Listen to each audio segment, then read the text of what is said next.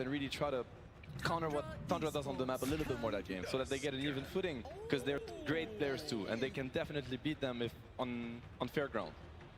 Absolutely. Well, here we go, ladies and gentlemen. This game 2 draft off to a start, and no surprises so far.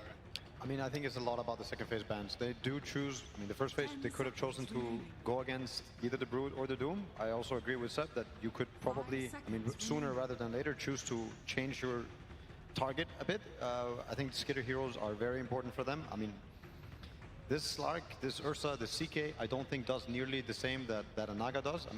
Naga has been, I mean, the Naga games that they've had, it seems unstoppable. It seems like it's not fun to play against.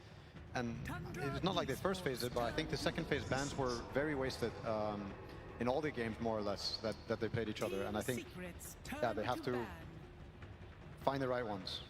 Like, a little bit of pivot this time from TUNDRA, right? No Mirana, but they do get given the Marcy and the Visage. I mean, this combo is absurd. Side-kicked birds even later on. The lane is also ridiculous. And they have a lot of different combos. I've seen TUNDRA do stuff like this where you're now forced to maybe ban some heroes you don't want to. I've seen them do like this Luna Visage even at times that can sometimes just, yeah, you have to waste a ban because you just don't want to play versus something like that. It's very strong, and Marcy is also denied pick, right? I think Marcy is one of the heroes that TUNDRA refuses to play against when it comes to Secret's playbook, because they're so good at using it on lanes. I feel like Secret has one tool that can really cripple TUNDRA. It's the laning phase. They're very strong in the lanes. They execute. I mean, Neta even talked about it in the interview where he said that they respect a lot their laning and how much they're willing to push these lanes, and Marcy is one of the best heroes for that.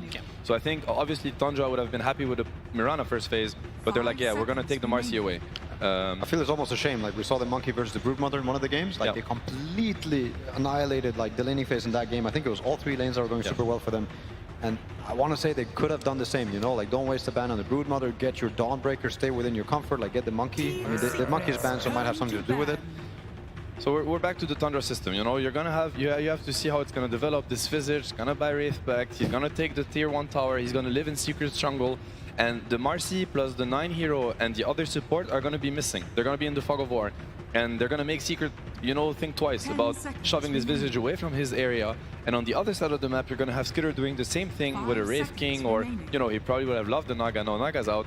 And I really want Secret to try to target these heroes that can achieve that map dominance and force him into a more casual Ursa game, or, you know, these heroes that really cannot apply as much pressure on the map. And also the Visage, I mean, that was the one they lost to, right? I also think it's now TUNDRA 1 game up, and it's the Mirana ban.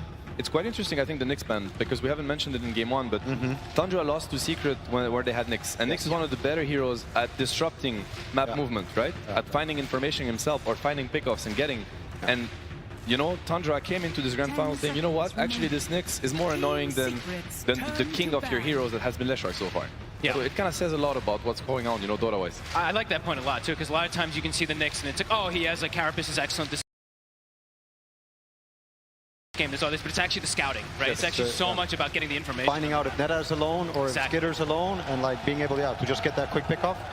And now we see like even like the Beastmaster ban, right? A similar thing that you're talking about. It's controlling the map, trying to read things. So really interesting bans coming out from TUNDRA. I like the Secret bans much more this time around, the second phase. You know, like the first phase is something else, but they're committing to a certain strategy. But the Naga's out, the Mirana's out. The amount of map tools that they get are getting very, very limited already, much more than in game 1. I want to see the Dawnbreaker come out for Secret. I mean, I think that would be a really strong pick. It can crush the Visage. Yes. If you look at what Secret did there was a game when they had this next Dawnbreaker silencer, and I felt like it gives them really strong lanes, so they can kind of beat TUNDRA at that game. And if they transition into the mid game, they have these global tools that even if TUNDRA kind of pulls off this outmaneuvering on the map, you have these global tools that are gonna allow you to, you know, even it out. You get the global silence, you get the Dawnbreaker ulti, and I thought it was an interesting approach. Definitely heroes I would like to see Secret look at. Yeah, and we also get Secret as second pick for the. I mean, they won't get the choice in game 3 and in game 5, but now we're going to be able to see how strong the second pick is going to be for them. I think the flex pick again from the Dawn, or finding a hero that can, you know, add this global presence, break this map, but still remain, like have some things remain flex, like the Leshrac Resolution can play it, and they can keep this till the end. But yeah, I think the second phase bans this time around much better from Secret. Yeah, I like the Luna. That was when I was. yeah, exactly. Like I think this is thought through. I think the Mirana also they would have gone for it for snaking. I think the Naga is a must ban for the rest of the series in second phase, unless they come up with the ultimate way to deal with it. Yeah, Luna Visage, very strong combo. I mean, we've played Tundra in TI10 qualifiers and they were doing this Luna Manta night vision abuse. So it's definitely a hero that they can use a little bit like a Naga. You know, constantly sending the Manta illusions, shoving the waves, sending them also to scout, because Skitter is one of the players that not only farms with Manta, he actually uses it as a scouting tool to increase his map presence. And as we were talking about with the Naga, like how he was using the illusions instead of just going camp to camp to camp. He's cutting the wave, even though it's not efficient. He's getting a little bit more info, especially during nighttime. I mean, they had full vision the whole night. Yeah. Sometimes even just suiciding illusions, just literally to get any type of information. Yep. And you know, theoretically, there are two ways to deal with Tundras, like a split push style. The CK is one of the heroes that they really enjoy doing that with. Okay, they go for the Phoenix into Chen. It's a great Phoenix game. When do they play the Phoenix? I want to say it's only with Visage they've played it. I think I only saw them play it once, if even that. I don't even know if I saw them play it here. They played it. I've seen Snaking play Phoenix once this tournament, I want to say. I'm pretty sure. So basically, I think Secret, you have two approaches. When you play against this split push heavy kind of style, you either match what they want to do, or you know, group up and ball up and try to force them into a 5 versus 5 fight at a pace that they don't really want to get into. And I feel like Chen Lesh is a perfect lineup to push the issue before Tundra kind of gets online with their heroes. You know, think about the Leshrac Bloodstone and the mech timing. It's going to be very close. These heroes play together really well. Chen is going to bring a ton of armor and a ton of buffs on this Leshrac that are going to kind of help him live through the Tundra burst. And maybe they can just snowball the game, because usually Tundra don't really look at these early timings and they hope that they get to, you know, get away with their map stuff like they did game 1. If you force this Visage and the CK to fight before they get the shard on Visage and the BKB on CK, they might just run into, you know, Leshrac can easily solo kill them. The Phoenix pick, I thought he played this tournament, but I don't see it. I think this is his first Phoenix so far at TI, and it's a classic hero versus Tusk, it's a classic hero versus Chen, and it's super good with the Visage. So I mean, we've seen him play it before. I think it's very cool to see something, you know, be busted out of the finals. It also makes a statement. We're seeing a very different approach from Secret this game. Very different. Remember Chen Bristol back? Remember some Chen Bristol? Yep. At TI9? Yep. I think this is a statement. It's like, you know what, this map stuff that you're forcing us to deal with, you're gonna have to play our game now. And it's gonna be a game of Leshrac, Chen, Bristol grouping up, going for early objectives, maybe even going high ground early. And it's like, have you thought about that happening to you? You think Kuro's watching? Hopefully he is. I think inner Kuro right now is like push the base, push the base. It lets them set the tempo even better, because last game they kind of wanted to, but their heroes didn't have to, especially after lanes, like things just crumbled. This one, it's, like you mentioned. They're going to be able to force them into Roche, force them to fights around towers. Counter the Visage as well, Bristol back, like both on the lane, but also in the game. I also think he doesn't care at all, the CK and the Phoenix early on. I mean, later on it starts changing a bit. I really like Secret's approach so far. Yeah, it's very interesting. I feel like, Dota theory-wise, they have a much better shot this game than the last one, in my opinion.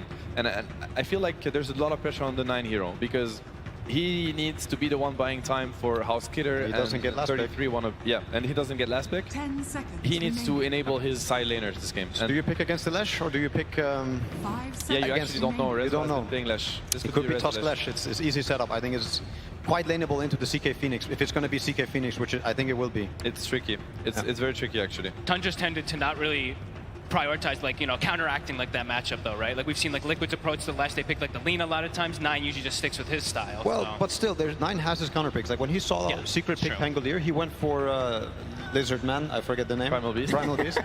And I think he will take his opportunity to counterpick when he can. Like he really wants, you know, when he saw the Lesh before, they picked the Tusk, knowing that most likely I can get this matchup, and that's the one he likes, you know. So now he has to pick blind, and I think Nisha might have an opening to really punish if he chooses. Let's see what he's going to look at. I mean, we are getting a Puppy Chen in TI finals, which I think is very exciting, by the way. Like, I love it when both teams are getting their bread and butter, you know, because this is where you're going to get kind of the finest Dota out there. Played Dota for 20 years, and you just pick your favorite hero, you know, the one you want to play. Puppy Chen in TI finals. What else do you want to watch, you know? That's what he also picked the Chen out. How many times versus Alliance? Probably many times, yeah. I mean, there was, I'm trying to remember the drafts for all 5 games. 10 years later, back at it. And what do they go for? WArden. Okay, that is very interesting. That's quite the pick. Yeah. Quite different. But look, I think Nisha is going to find something, don't you? I don't think he's going to accept the Leshrac mid versus this. No. I think he's going to choose a hero versus the WArden. what's left? I mean, Pangolier is out, Batrider got banned, so they were already setting up for it. Is this Nine's first arc? WArden is very nice with the Tundra's heroes. It's very nice with their playstyle. It plays a lot like a Naga. It's a hero that's hard to deal with, that can open areas safely, get information. You know, it's an amazing pick for Tundra's lineup. It's good against Lash, but I feel like Secret's lineup is one of the lineup that can make an arc very scary, right? Like very scared, I mean.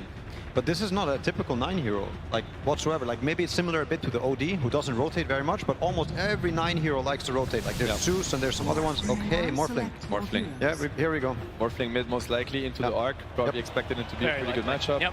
There it is, and it's going to be a Rezo Leshrac. And they're just kind of sacking this Leshrac a little bit. And because, yeah, it's a rough matchup. Leshrac mid against Arc is not fun by any means. But last time he played it, he ended up with Blink, Bloodstone, Hex very early on in the game. And I think if he gets the same type of snowball or same type of game, I think it's going to look incredible. You close the gap versus the Arc. You don't care about the Visage. Like, you can also blow him up. I don't know. I like Secret's approach here. I really like it. And I think 9 might regret, you know, not having stayed for a more active hero. But let's see. I don't think anybody's going to help the Visage this game. No, it's I mean, I feel Tundra's Dora. I think it's extremely powerful, but this is probably the first game, the game where I feel the most that they can be very challenged. Yeah, and they can be crippled. Yeah. What do you sort of reckon, Fogs? You know, Nisha Morph, it's popped off before. Is this a game where we can expect to see Nisha get to a level where he's going to be having the potential to 1v5 in these team fights? He's got good scaling. They got good ways to force team fights. It looks pretty strong. Yeah. I mean, I've said it before also in the last game. I think they do want to keep the ball rolling, Secret, and if they don't, I mean, Tundra's going to run away with it again, and they're going to get to play the map, and it's going to be a very painful slow death for Secret. Yeah, I mean, I think the ball is in Secret's court. They really have to score. Nisha Morph is incredible. Like, he's one of the best morphs out there. He hasn't gotten to play it as much lately, but I think everybody that ever got to face his morph still remembers. He is an incredible morph player. He can make wonders in this game. Let's have a look. We'll find out soon. Surely we'll be able to pop over to Coach, but before we lose your kind of final word, Seb, Secret, how do they bring us back from that loss in game 1? Tempo. Play their heroes to their strength. You know, it's a Bristleback, a Leshrac, a Chen. Thank you very much, Seb. Over to Slacks now. Hello, thank you so much, Owen. I am here with Heen from Team Secret. Heen, rough game 1, as we saw, but what's the strategy here? Just give it to me straight. You know, when in doubt, Chen it out, or what are you guys going for? No, it's just we want to be able to force objectives because it's been very hard to force fights or like catch them. So we're figuring with Chen, our ball is stronger and faster, and we won't get as frustrated trying to catch them or anything. All right, well, thank you. Very informative. Appreciate it. Do you remember what WArden does? It's been a while. Do you feel like you got enough counters to that, and you're going to be okay with that last pick Morphling? I mean, we played against WArden a few times in scrims and maybe even matches. But so, yeah, it was not a complete surprise pick. Hopefully you're ready. I mean, game 1 didn't quite go as we envisioned, so. All right, well, you know what? We are ready to see this thing go all the way. So, ladies and gentlemen, can you please give it up for this man? Give us some energy. And please give it up to our wonderful casters who will bring us in to game number 2. Thank you very much, Slacks. Yes, we're ready to go here with game 2, Secret versus Tundra. Let's see if Secret are able to fare a little bit better, because that game 1, it was a rough one. Tundra coming out all guns blazing and being able to take that first map against Secret. I mean, overall, we did hear, of course, towards the end of the game, you know, Secret, they were able to keep spirits high. We heard a lot of positivity from the comms. Sure. Exactly what you need right after, towards the end of a very rough start to the grand finals. Yeah, and I like the big pivot that they made this game. Rather than looking to chase heroes around, looking to try to catch Tundra, which seemed to be one of the biggest problems for most teams this tournament. They're the ones who's going to be forcing the issue and forcing Tundra to kind of react to them. So let's see if that works. We see right away, Tundra, they go for this level 1 smoke play. Incredibly strong level 1 with the Marcy, with the CK stun to chase heroes. But we see the Secret prepared. They had this early ward placed on top of their outpost to see immediately when smoke broke. So prepared for that early game.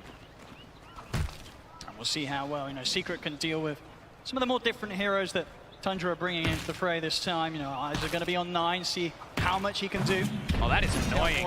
He's going to be able to get a A bit of damage down to Crystallis as he tries to get towards his lane. He knows he has no risk. He's playing versus Chen in the lane, so you can easily go for these type of pressure plays. Give 33 that first few creeps advantage. I mean, so this mid matchup as well. You know, we're seeing two sort of greedy heroes here that have potential to really become the carries for both teams. The Morphling versus the WArden.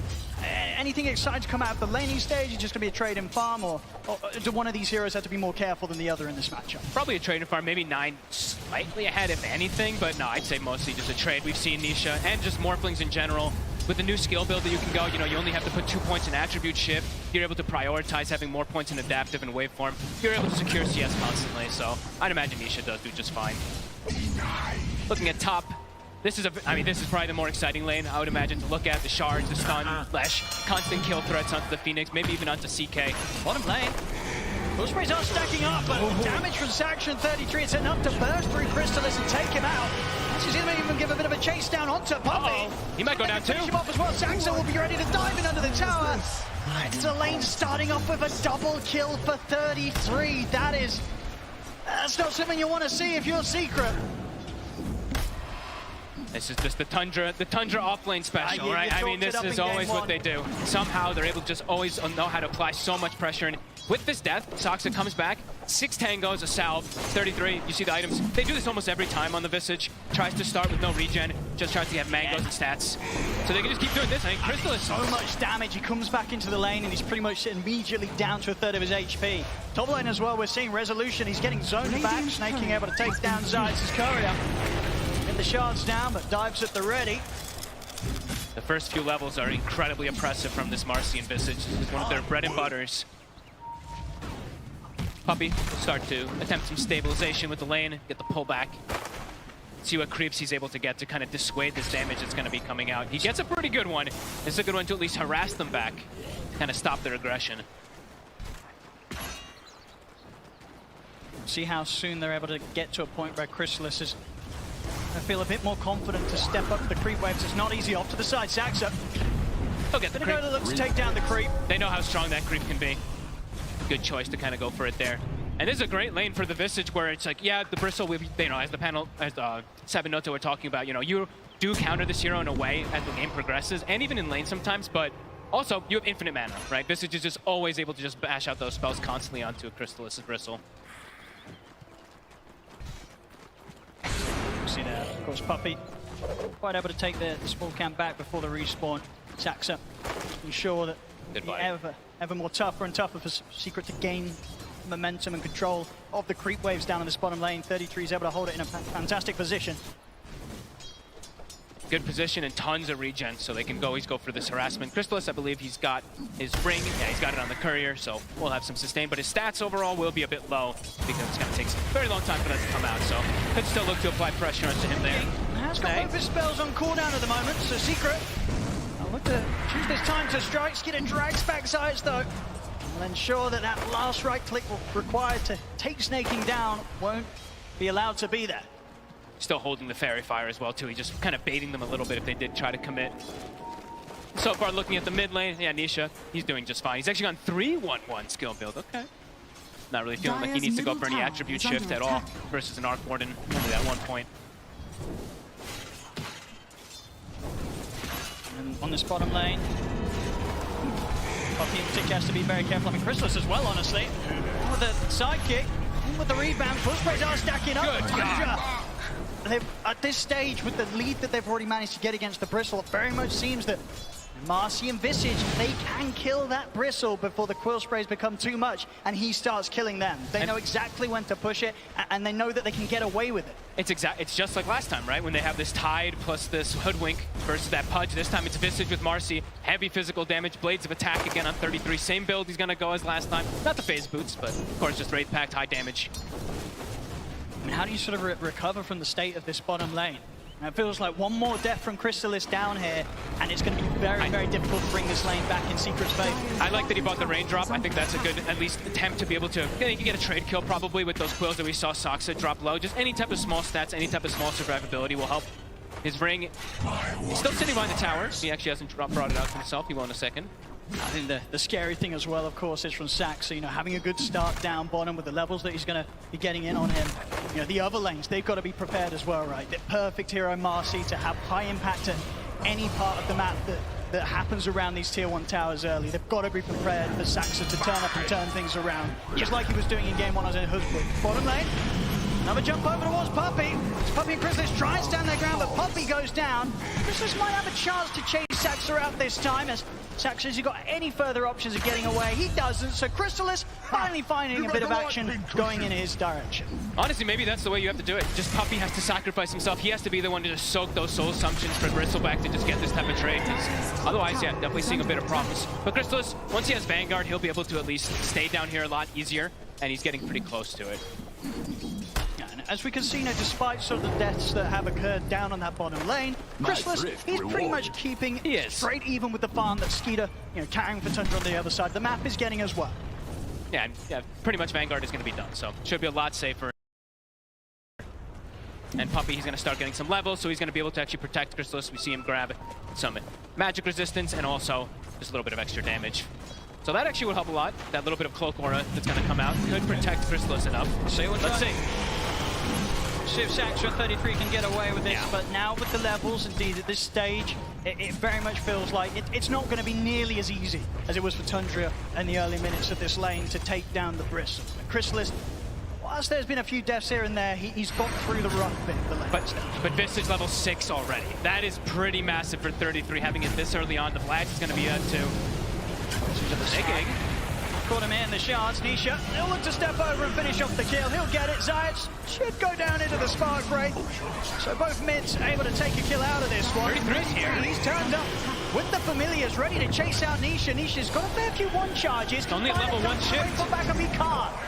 The burst is there from 9. It ends up being a double kill for the mid-WArden. And they do punish him for having level 1 attribute shift, right? Maxing a waveform, having 2 points in the adaptive. We do see that they're actually able to get that damage come out. And all that is because 33 hits the 6 so fast down bottom. He's able to come in. And of course, the timings that are enabled off the back of that is pretty huge already. The completed Midas out onto 9. Wow. He's able to get this, you know, started very, very early on. Beautiful. As he's going to be making the money. There's every reason to believe that unless Secret can make any moves to find this WArden, 9, he's going to start shooting far, far ahead of anyone else in this game with regards to the farm he'll get. It feels like it could get to these points where maybe the CK pick is kind of this distraction, you know, and this WArden, he's going to try to transition hard into that real carry for his team. Other good thing about the double Midas, as we saw there, you automatically get 2 neutral items. It's actually very nice when you're able to get it this early on 9. Dire's top tower is under attack. And now they're actually, so look at this, bit of a dynamic change. Yep. They're going to put the Visage mid, have him match up versus that Morphling, and they're going to send the WArden for the time being down bottom. So top lane. Trying to go for snaking. They do connect with the stun. Nice play. Secret. They get in and take him down, and will in fact see Tundra sort of bail out from this top lane. Give a chance for Secret. They'll put some pressure on. And likely with the TPs out, probably not going to be an area of the map that Tundra will look to hold on to. I mean, we did see this, of course, last time round as well, right? Game 1, 9 minutes in, Secret, they get this good timing on the tier 1. Snaking will turn back up. See if he's able to do anything on his own. He has to be very cautious. Secret still with 3 members around, looking to pressure on this top lane. He's just soaking, it looks like. Just trying to soak up any of that bit of experience. But the fact that this has happened twice now, it very much seems that, you know, Tundra as a team, they sort of make the call to just not put any resources into holding that tower. Just let it go. They tend to be, you know, that extremely efficient team, as we hear lots of players talk about. Very frustrating to play versus Tundra because they know how to dodge these plays, dodge the aggression, trying to make as little mistakes as possible. Another neutral item, of course. And yeah, giving Soxon now some levels too. So distributing that wealth, top 2 net worth, and the CK Skeeter, he's hero. He jungles just fine. He's going to be able to keep his pace up and probably look to do what he was doing anyway last time, is still look to connect top, use Phantasm just to farm, kind of acting as this pseudo Naga Siren. Of course, last game, very much saw that Secret, they never really found that chance to sort of get Chrysalis involved. Top lane snaking, out with the dive, doesn't matter. Nisha's got those final few right clicks chasing him down. You get the kill, so things looking good here for Nisha. You know, despite the quick Midas timing on 9, Nisha very much close behind him in farm. And he's got this matchup always. He's sucks. They actually get on him. Got anything to rebound out towards? He doesn't. Secret, they hold him in the river. Able to bring it up even now, 6-6. Secret definitely doing a bit of a better job this time round at responding to some of these movements that Tundra's making around the map. And playing around Nisha, right? With the skill build that he has so much burst potential. He actually has the gap closing potential as well too versus most of these heroes that can sometimes be a bit annoying to get on top of. So far looking to continue to play aggressive around this Morphling. Definitely seems sort of a bit of a heavier focus around playing around this jungle of Tundra. Just trying to make sure that Skeeter doesn't get nearly as much space as he did last game.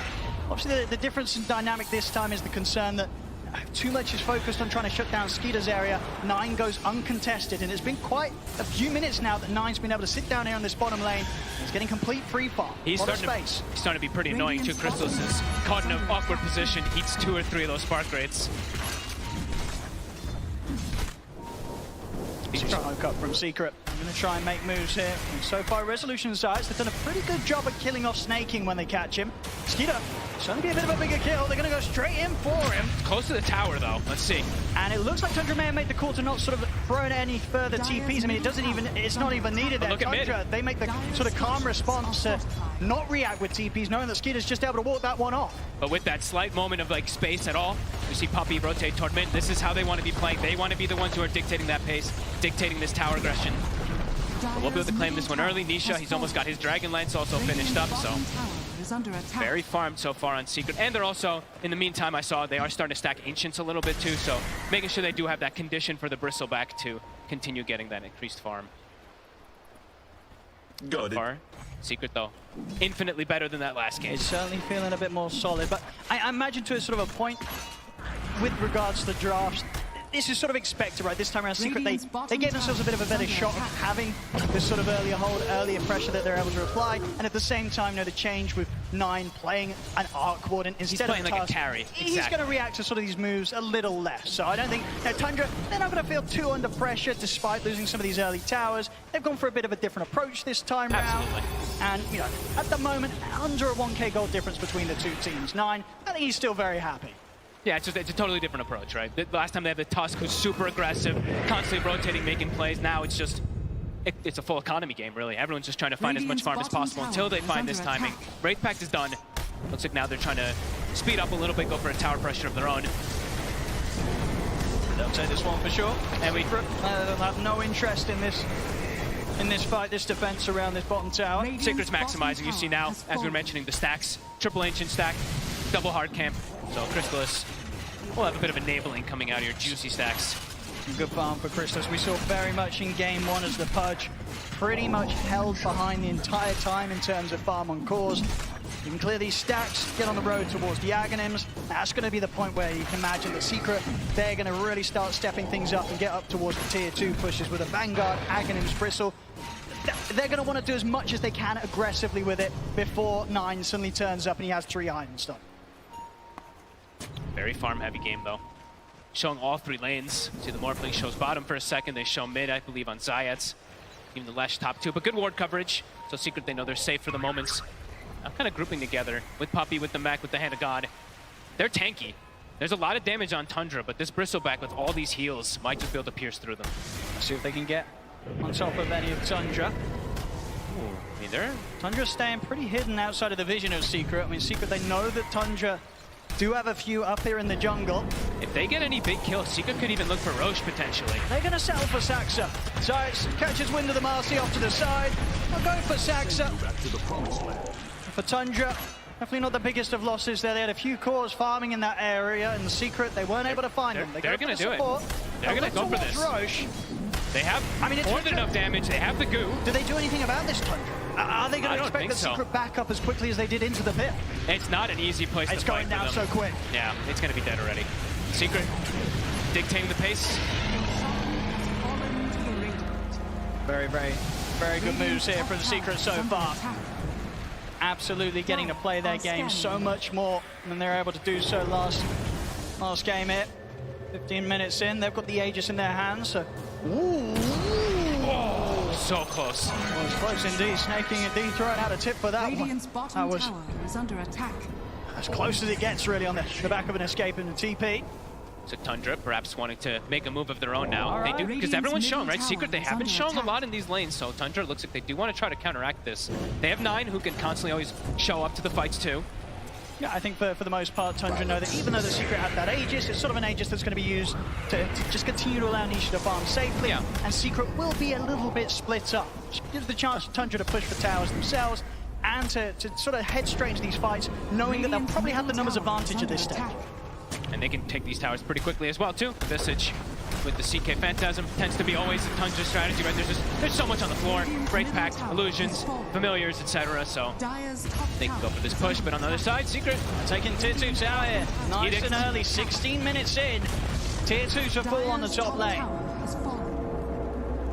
And now they'll really be able to start taking over this jungle, this half of the map from Tundra.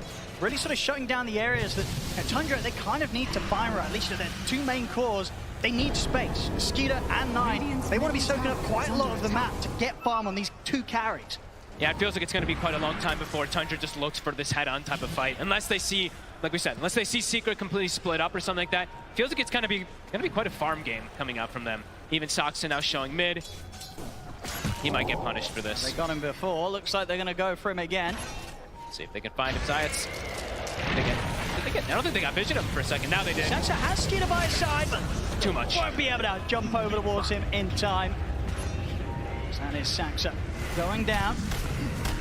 Similar wards coming out from Tundra as they did in the last game. So this one, exact same ward, and actually this one not on the high ground this time, but similar kind of purpose to watch any of these movements that are coming out from Secret, because Tundra, as we said, I think this is really going to be pretty emphasis of farm until 9 says, hey guys, I'm ready to show up. And maybe that's going to actually happen sooner than we expect, because I believe the Gleipnir is Very about close. to be done. Just so a recipe away. that could be the indicator for them to show up. It does add so much potential for this hero. The damage, the control, everything, of course. But allows you to just freely land spark rates and kind of just keep people away from getting on top of you. So let's see if that is when they are going to look to fight. It could be difficult to close that gap onto 9, especially considering the heroes that are drafted around him. A lot of frontline, even sort of from the supports, right? Yes. Snaking, getting him with the Supernova. Saxa throwing himself in as the Marcy, getting him with the rebound.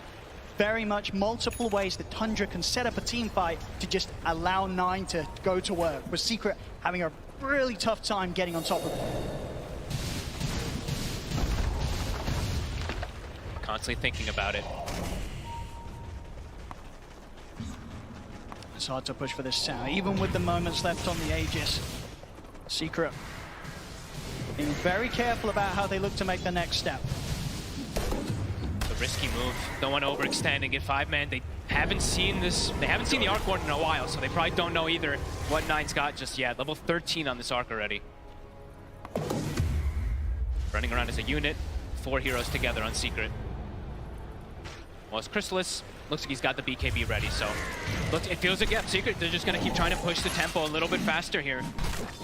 Even a blink now on the Lash 2 for Rezo. So, as you mentioned, can be a little bit hard to maybe get to this Arc Warden without just the Morphling getting on him. Now Rezo's got a tool of his own. Okay. And do you very much feel that Secret are on a timer? Like, even though they have this niche Morphling that's going to be able to get to these incredible stages of power in terms of scaling, you still kind of fear the Arc Warden as the moments pass? Fear the high ground for sure. Rezo. Tundra got to quickly back out, snaking. Oh. Away in time, that snowball not able to catch him. Tundra avoiding the moves of Secret. Secret just trying to get some sort of aggressive play out of these final few seconds that they have on the Aegis of Nisha. It's back over towards the mid. Saxa. A bit of a chase down onto Puppey. Puppey has got back up on the way. Chrysalis heading over to help out, and Tundra, they won't try and poke up into the triangle of Secret quite yet. Maybe they will with Skeeter at the front. He's actually going to go for Puppey. See Chrysalis now as Chrysalis starts to try and push back Tundra and Secret's all Nisha. coming. It's coming in from the side there, with the snowball over towards Skeeter, but Saxon's in with the rebound, stun up to Nisha. Nisha starting to try and shift, but that's his spot. He's got Aegis though. He's going to be back for round 2. Chrysalis charges in with the BKB over towards the Phoenix, but Snake is able to get the Supernova off. Secret, they've got to back away from the ultimate for now. As 9 turns up with the Tempest double. No longer an easy fight for Secret to charge into. Zayats, he's trying to find some sort of angle from the side. But Tundra, they're here as a full fight man. They'll look towards Snakey, but the dives back up. They get the stun. Control onto Skeeter. Skeeter turns with the stun himself, but he's life stealing back up. It's not enough though. Skeeter goes down. Secret able to get 1 kill out of this, maybe more. Chrysalis Trying to lead the charge. Secret, they want to get something else out of this. Tundra attacks her in the trees. Duke off to the side, back under the tier 2, he'll be fine. But Secret, they force a fight there around the expiring Aegis of Nisha. They get Skeeter. And with that in mind, they'll be able to get themselves straight onto Tundra's half of the map and continue to grow this lead. Perfectly rallied, right? Rallied around Puppey. That's got to be the name of the game. He's got the flats, he's got the mech, he's got all these auras. We see the ice armor coming into play. Crystallis had no fear. He pops BKB and he just starts charging right through everybody. And then they nicely kite and play around that supernova beautifully. Tundra maybe going a little bit too hard going into this Secret lineup when there still is that Aegis. So 10 seconds until it was going to go down. Yeah, it was a very clean reset as well there for the Secret. As soon as the supernova comes out, they're able to sort of back off. And you can see, from Tundra, they still commit into this. They very much feel that they've got the strength to do so with the 5 of them. It wasn't quite the case. Losing Skeeter here to what was a very patient Zayas, just keeping himself held to the side, looking for that opportunity to open things up onto Tundra from maybe an angle that they weren't quite ready to sort of expect that entrance from the toss from. Back in action, talking about the toss, Zayas, in with a jump, they lock down Snaking, Skeeter looks to turn, they've got the gliding control out, but Skeeter's trapped. Trapped on the low ground, he'll stand his ground, the total will ready, the crits come out, take out the 2 of them. It's a double kill for 9. Oh my, Soxa gets the 2-man rebound and they get the chain stun from the birds. I mean, man. This time round, very much a case of Secret kind of making the move into committing for the fight, but not having what it took there to sort of take Skeeter down at the same speed they're able to do back mid. Tundra able to turn. And immediately off the back of taking down those 2 cores, they'll take the tier 1 tower. They're closing that lead that Secret were building. It's back down to sort of straight even here on the gold. It's so much sustain that comes out really from Tundra's draft too. Their Vlads, their sidekick, everything coming to play. I mean, look at Skeeter. I mean, watch his HP. I think a couple of nice armlet toggles there as well for Skeeter, very much keeping him fully in action. Between that and the heals, there's just too much. They couldn't kill the CK this time round. Not rallied around Puppey. You know, they have to be a little bit careful when they don't have all these auras that are making them that much tankier. Tundra's damage is pretty insane. And when they go for those plays and 9's just able to sort of sit back at a distance, it's concerning. You know, he's loving 2 life. kills for 9. And now they also have an AC, so starting to build up these auras to even counteract and play against this Chen, but also protect versus this big damage that comes out from the Bristle and that Morph. 33 is quite large. Yeah, and we see with 9 next time queued up is going to be the Blink Dagger, so it'll be even harder for Secret to get that jump onto him. We see any sort of snowball or hero running up at this WArden. 9, he's going to be able to blink back, reposition, and allow the rest of his team to sort of be there in between him and Secret. I love this type of build. Eventually, you can always build into like these overwhelming blinks and whatnot on WArden, and then you have these double blinks and all this aggression you can do too. It's very oppressive. It's Tundra now starting to find their footing completely. Well, look for tier 2 themselves. Sidekick bird. Look how quick the tower drops. See you later. Gone in a matter of seconds, even if that. And off the back of that immediate smoke from Tundra, they know that Secret's playing over on Tundra's half of the map around their jungle. They're feeling incredibly strong with this newfound AC on 33. This is a tough time for Secret to take a fight. They also disassembled, so the BKB isn't ready. 9 with the Tempest totally start things off with the glide, they grab back Zayat. Secret, they've got to run. I mean, that's also really cool that he can do it with the blink too. Right now, he has an initiator. They don't need to actually rely on the Marcy being the one to jump in. He just blinks in and gets like Lightner initiation. Yeah, BKB, Skeeter had just finished that one up, so they felt strong to be able to go for this play. And now he's got Mage Slayer as well too, so items started to be picked up on the side of Tundra, not only just to do lots of damage, but of course, damage mitigation, as we've seen so much from them. AC, Mage Slayer, it's going to start to reduce a lot of Secret's potential. It's so hard for them to burst through Skeeter like they were able to do that one time when he was caught on their half of the map. It's a really good item this game, just like last time, versus that Lash versus the Bristle, reduce the damage of the Quills, even the burst that comes out from Morphling. So, it's starting to come together for them. It's a very common build, of course, too, for Skeeter. I think for Secret, Nisha most certainly making the call for them to just sort of hold off on any further engagements until he gets his BKB done. Yeah. About half the gold away from the recipe, and it will be there, but it's going to be a little later than the timing that Roshan is going to be back in the game here. Roshan respawning. They're walking up. They are up on the high ground. They definitely want to try and do their best to push Tundra away from going for the Roche. See if they can hold them off from it. That's Tundra. They won't feel the need to be too scared of Secret. You know how strong they are. Secret, they'll look at the smoke up.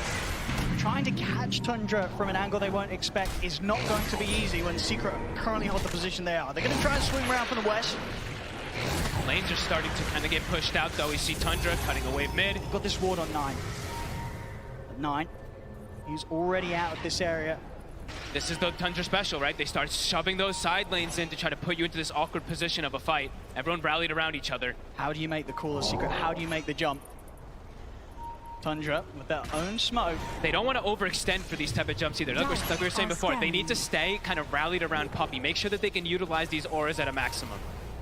Tundra just rotating sort of all the way around where Secret's tried to step out for. They found Puppey. They're going to be able to get on the easy kill first. Straight on over the chair. Puppey caught by the Hex, taken down. Science tries to roll in, but there's no place for him here. Puppey pig-poled himself.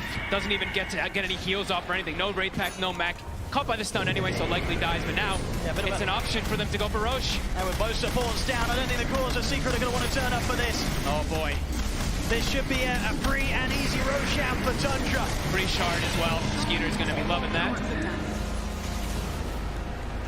He actually passes it away. Looks like he's going to give it to 9. Okay, so more ways for him to protect himself and also magic resistance. So they can actually hold it. So we're talking so much about damage mitigation, of course, but this is another element that I feel like we don't really get to see too often. You fight inside the bubble, your lash says bristle, the damage might not be there. It's going to be a fair bit of protection. Indeed, able to be kept consistently up and out on the field. And things are starting to get a bit scary because the scaling for Tundra is getting quite strong. Even the Marcy, level 12 is online. BKB is on the horizon. 12 on Phoenix. Game plan for Secret is starting to get kind of dissuaded. Around the mid, they do find 33.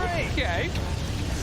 Out and on his own. He's very deep. They might be able to do something about the familiars as well here. Big pickup.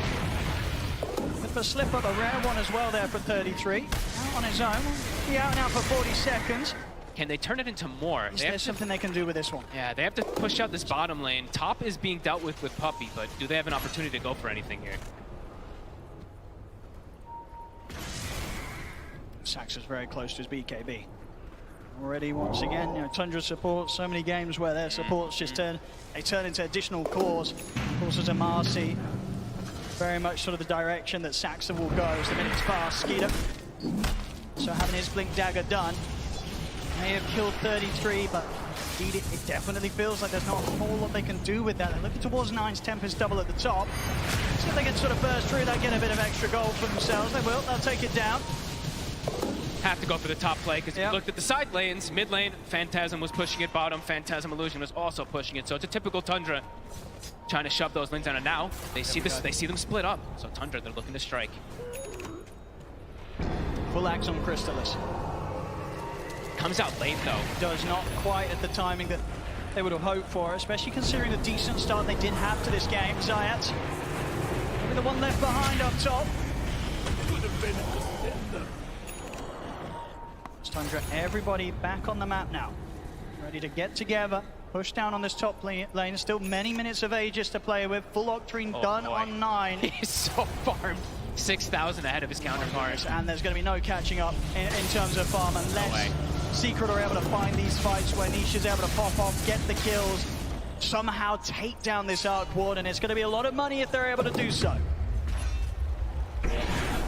Just not an easy task. He's got his Chrysalis done, Nisha, so stepping up the damage a bit.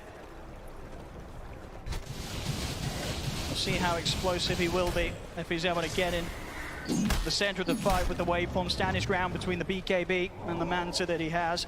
He's going to need as much I feel like it's really appropriate that he's going this. I feel like they're really just going to need all the physical damage as possible because as we were saying, you know, they just have so many different ways to mitigate that magic damage that they always tend to do.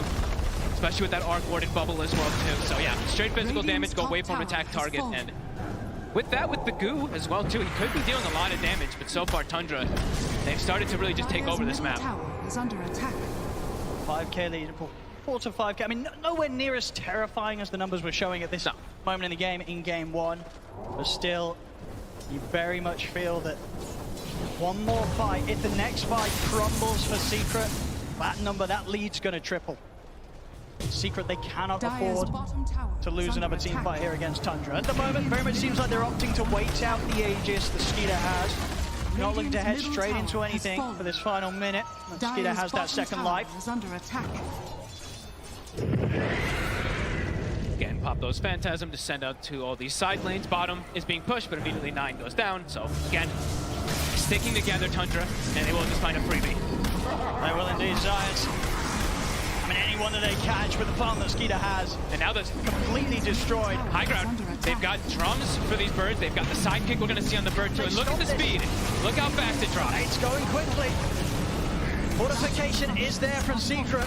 They've got the Rezo. They've got Shard on Rezo, so he's going to be able to slow it down a little bit with these chain stuns. We'll see if Nisha can do anything here. He's ready to TP over, help out with the defense. Oh, this is dirty. Look at these birds. Birds with magnetic field magic resistance. The attack, I mean, they're so strong. They are huge annoyance to deal with here for Secret. We'll go for the resummon. Stun, Skeeter. He's low, but he's still got 20 seconds or so left on the Aegis. He's going to back off. We'll see them catch out the two of them with the root. Skeeter focuses in. That'll be him going down. Rezo. Those final few seconds of the Aegis. He's ready for round 2. Saxa, he'll charge him with the unleash of the BKB. Quickly turning towards him with his right clicks. They'll put an end to the Marcy's life. Saxa to fall. Grab now on the Chrysalis. Skeeter 33. They get back in on top of the Bristol. They take him down. Nisha popping the BKB. Having to use it to retreat back to the high ground. Skeeter, he's in straight away, blinks up into the high ground. They've got the lockdown over towards Nisha. Waveform back up in time. Nisha gets away. Double buyback from Secret. They're putting everything into this defense. Mosquito's in with the chaos ball over towards Resolution. It doesn't matter though. Skeeter goes down. Secret with the 2 buybacks. They'll be able to hold and push Tundra back. Nisha able to stand his ground there. Look at the damage done. 9,000 damage from the Morphling. The buybacks coming perfectly. A defense for sure here from Secret, but they'll want more. They got to push forward for sure. Crystal is spending up for that one. See up to the side, Zayats. He's got the catch though, the gap control onto Snake King. Snake King popped the supernova, but Crystal is It's gonna die. and he's ready to help take the egg down. Secret, they'll find another down bottom. Rezo, he's got his eyes on 9 stun. That's already been used, and he's out in time. 9 able to get away before he's able to put a stop to him. They'll still clean up the Tempest double. As Secret, with this sort of pushback, they're able to bring in the mid lane, bring in the bottom lane, able to get the creep waves back under sort of their momentum, and they may just be able to take some tier 2s away from Tundra here, close the gap, close the lead that Tundra's had for sort of the last 15 minutes. Yeah, this time it's Tundra feeling themselves a little bit too much in that fight and just get counteracted from those buybacks. The damage, this time Rezo's able to hold his ground. I mean, we're very much seeing, you know, you get given sort of any window from Tundra, you have to take full opportunity of it. Immediate smoke. Exactly what Secret's doing. Yeah, they got to smoke, sweep the map. They still have some heroes dead. Ult's on cooldown. Try to get as much as you can out of all They've this. got to keep their foot slammed down on the pedal. Here's 63. the point 33 off the shot. Protect himself for now, but they're surround him, and he's got nobody else in the area. So 33, he'll go down. Secret, they continue to play it hard and fast, fighting back Big at place. Tundra. A huge place, really. Those buybacks are really coming into play. 33, he accepts that. He had the Aeon disc locked. He's like, no one's coming to help me. As Secret find their way back into this game. Nisha, he's massive now. Level 20 about to be taken. Also, Daedalus is finished. Big damage to come out from this morph. He's going to be able to focus fire these targets a little bit better. I mean, it was seen, as I say, so many times before. Nisha on the morphling. This is the hero. You want to have him in this sort of position. He can absolutely carry any sort of game to the later stages when he's on his morphling. So top lane. So of course now done. Rezo, he's very deep. There's a Hex. Look at the opening Hex. And Rezo is going to be able to get anything off. He's not. Phantasm's out. An overwhelming amount of damage there from Skeeter and the Phantasm. That's the Hex reveal. He had no idea that was going to come. Usually you'd be able to maybe play around with the pounds coming in or the rebound coming in from Marcy with the BKB, but did not expect that Hex from the tree lines. Roche, it'll be a long spawn, 2 minutes. Giants standing under a ward here. Very careful how far up he is. I mean, Secret are absolutely going to want to do their best to keep tabs of when Tundra head into the pit. They'll want to get out there. They'll want to contest them. They do not want Tundra getting this next Roshan. Nice play from Nisha. The illusions down bottom, we see them cutting the wave. So making sure that they always deal with those lanes. It seems like it's always like the most important thing when you're playing versus Tundra. Keep that lane equilibrium. Will be addressed immediately. 9 shows up. And they're going to just keep peeping into the pit. That's going to be that next big thing, 90 seconds. It really is. See if Secret can set up in a fashion to make sure that they are ready to take this fight around this area. Important to look at these buyback statuses at the moment too. So. Ooh. Oh. Uh-oh. Uh-oh. Hopefully, simply sort of some, potentially maybe just a hotkey issue or something. See if that's going to be fixed by a quick reset here for snaking. Very much, yeah, the moment that we're going to see them leading towards now. He's back in. Let's see if he can use his courier now. Give it a quick check. Look at lane positioning at the moment, though. Secret have to try to fix their lanes a little bit. They do have this Harpy creep. They need to perhaps try to cut things, but the moment Tundra have lanes in a very good position. Let's have a look. Phantasm is up in a moment as well, too, so they're going to be able to keep going for this shove play. And yeah, Roche constantly going to be getting scouted. And the important thing is, too, Secret doesn't know about that deep ward down south. The one that was scouted Zayat before, that's a very sneaky one that has not been seen. Oh. It's not a good sign. Uh-oh. Let's get Courier's bug. Let's see if there's going to be a hopefully simple solution to this. A standard unlucky. You can say so. Yeah, unlucky. And that Nisha smile. See if we're able to get this sorted. A little bit of a, you know, not really something you can play on with. Maybe it's locked, he says. Let's see if they can fix it. So a big thing really to look at is, I mean, this Hex is going to be a big one, really.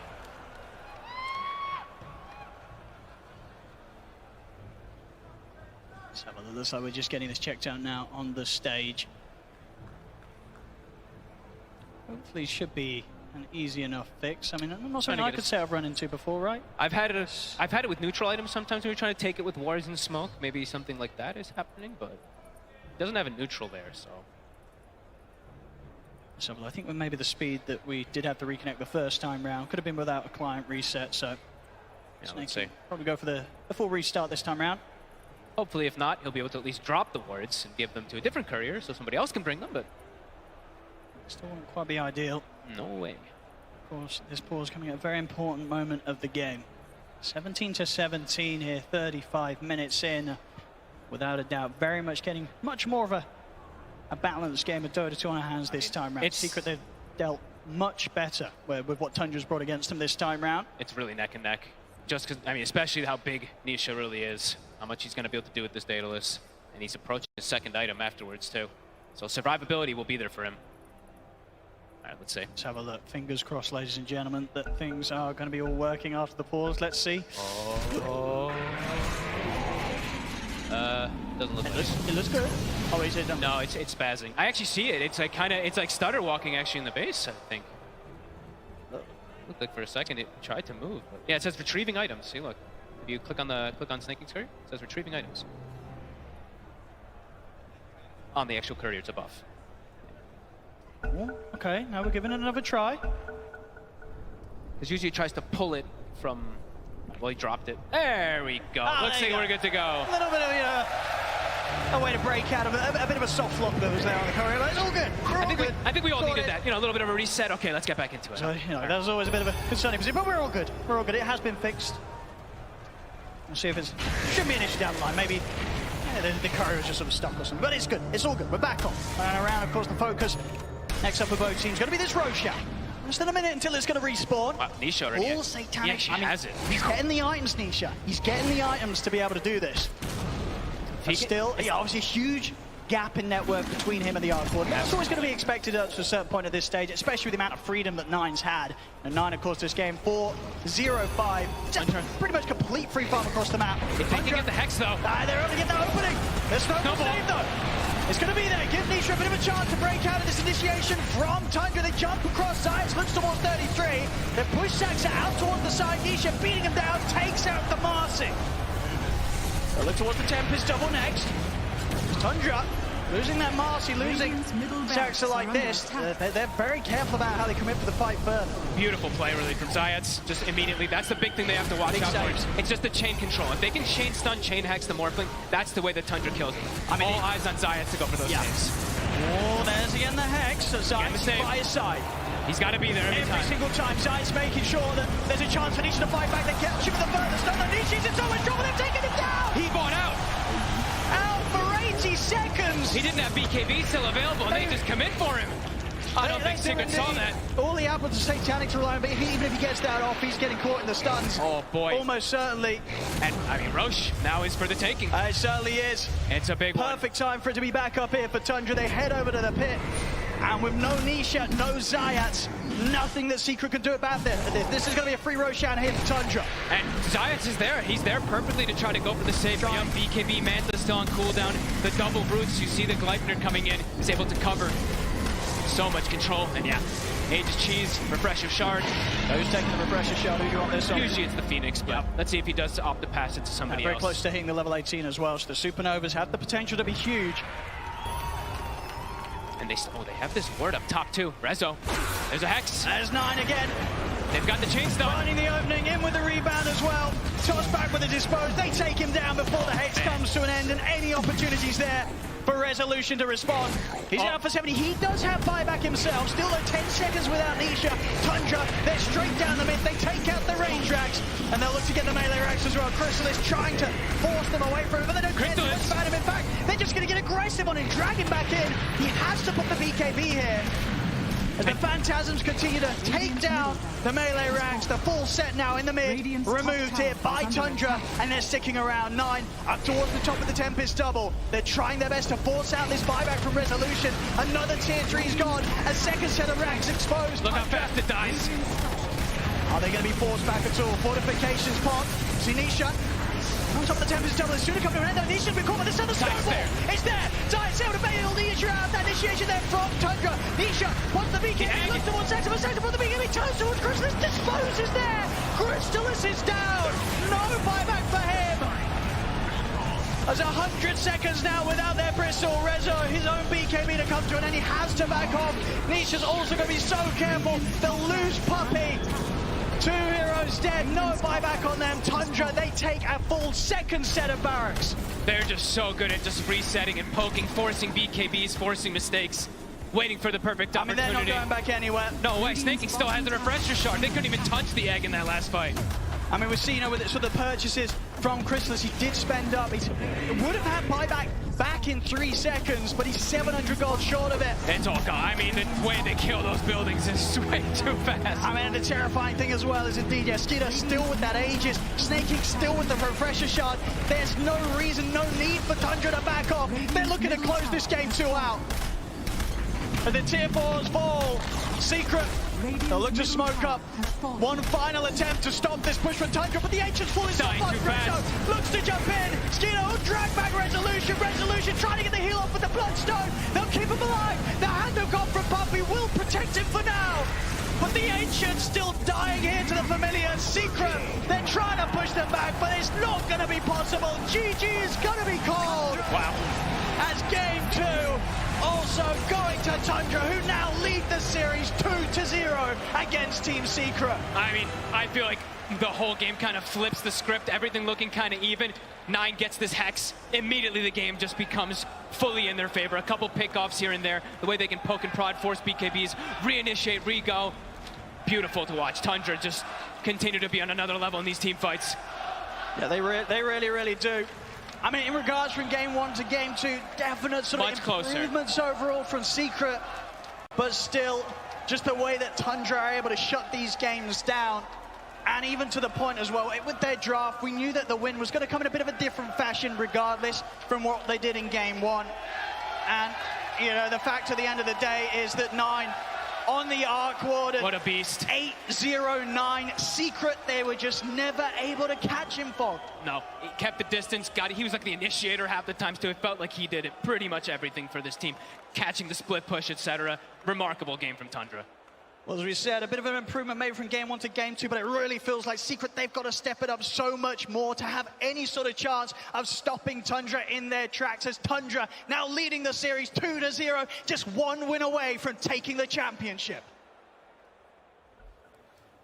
Thank you very much, Odie, Pixel and Fogged. Welcome back to our panel.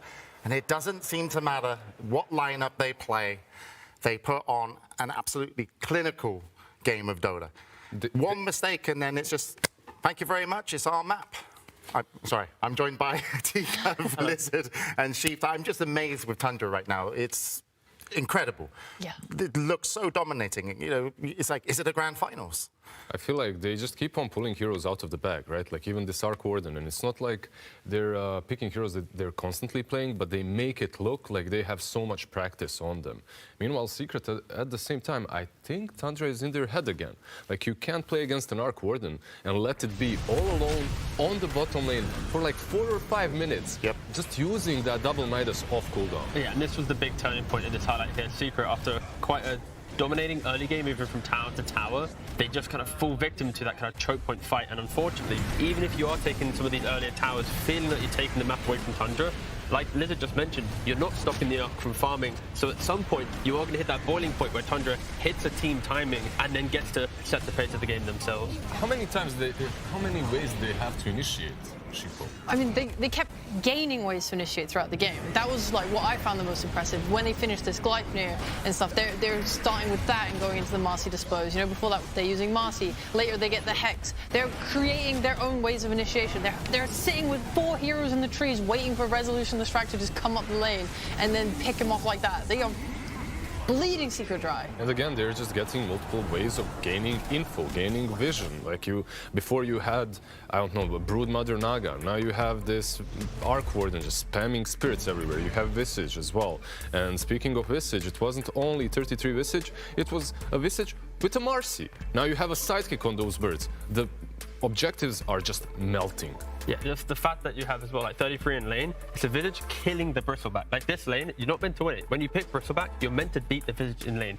So Tundra already just excelling inside that laning phase and just kind of catapulting themselves to kind of weather the storm. And maybe if that Visage lane didn't go so well for Tundra, you could argue that the burst will be a little bit bigger. The pace Secret could set could be a little bit better. But the fact that you win that lane, it stalls it out a little bit longer. So Tundra then eventually, like we already mentioned, hit this beautiful team timing where they just punish Secret once again in game 2. Yeah, I mean, Chrysalis still had a decentish timing. They stacked the Ancients hard. Yeah. And of course, yeah, Skidder here, the carry for Tundra.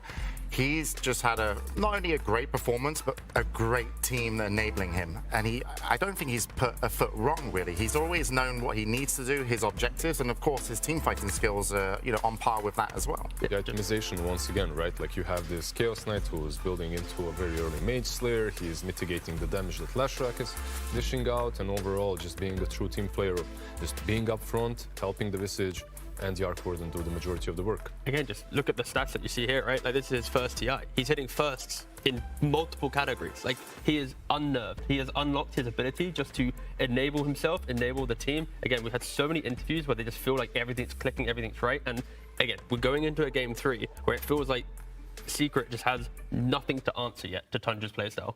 But in defense of Secret, this was a better performance than game 1. Yes, they adapted a lot. So from game 1 to game 2, you can clearly see how the cogs were turning with Heen and Puppy's mentality on how to approach Tundra. They needed to take towers early. They wanted to take away the map. Don't allow that fortified style of Tundra to set into play.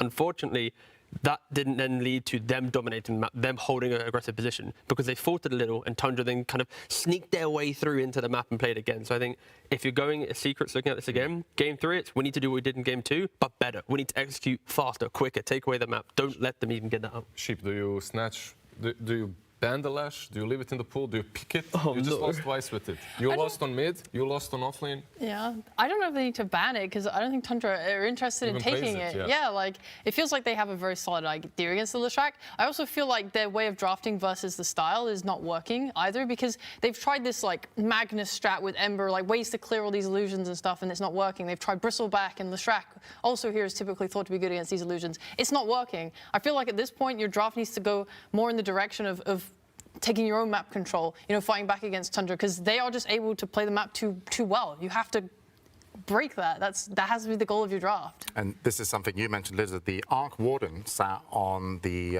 Tundra's off lane for 5 minutes, but Secret didn't want to engage. They were not interested in going down and making moves there. Instead, though, they did have the dire jungle, and they did pick up a few kills. Do you think it was too passive to play around the jungle and not take on the WArden, who was played by 9? Yeah, I feel like it's easy to be complacent when you're playing a draft such as Secrets. You have this Morphling, he is going to be the ultra carry late game.